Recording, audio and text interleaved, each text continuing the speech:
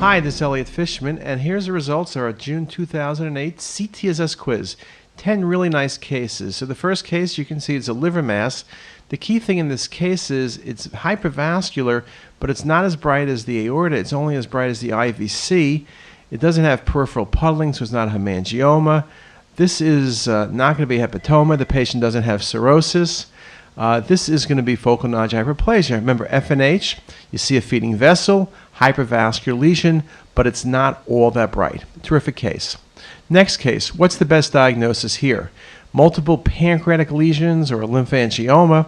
Well, it's a mass. It's cystic, but it's smooth, pushes on the stomach, but it's really not primary pancreatic. This is going to be a lymphangioma. Very, very classic appearance, low density, septations, often multiple components, very, very soft mass effect. Nice example. Next case, what's the best diagnosis here? Well, look at the pancreas. There's a hypervascular lesion seen right in the pancreatic head under a sonometer. Just a beautiful example of an insulinoma.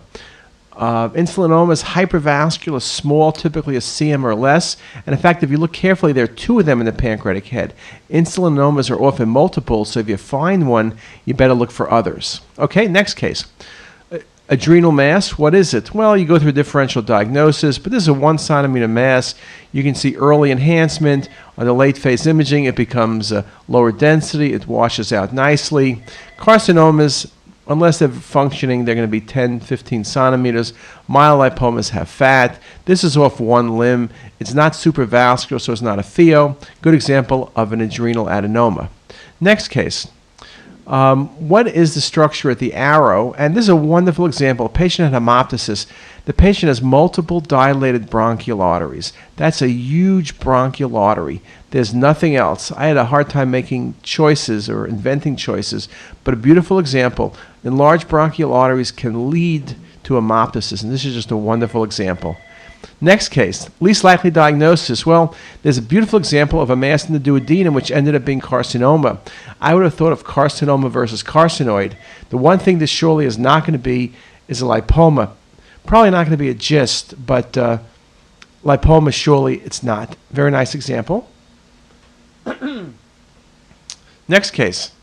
What's the best diagnosis for the renal arteries in this case? And look at the left renal artery. You see that beading or nodularity? That's fibromuscular dysplasia. It's not stenosis. It's not atherosclerosis. This is FMD. No discussion.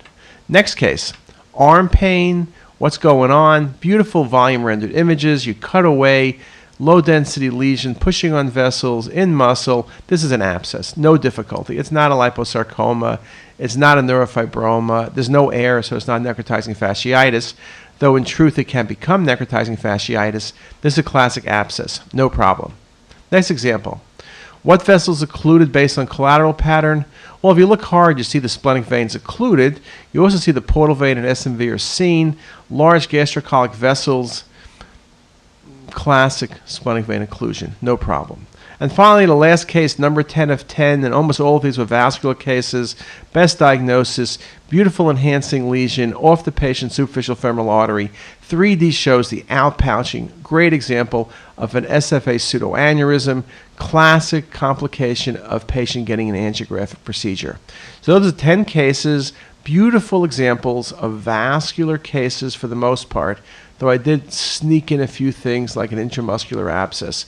Again, CT angiography rules. And this month, it rules CT as us quiz. Have a great day.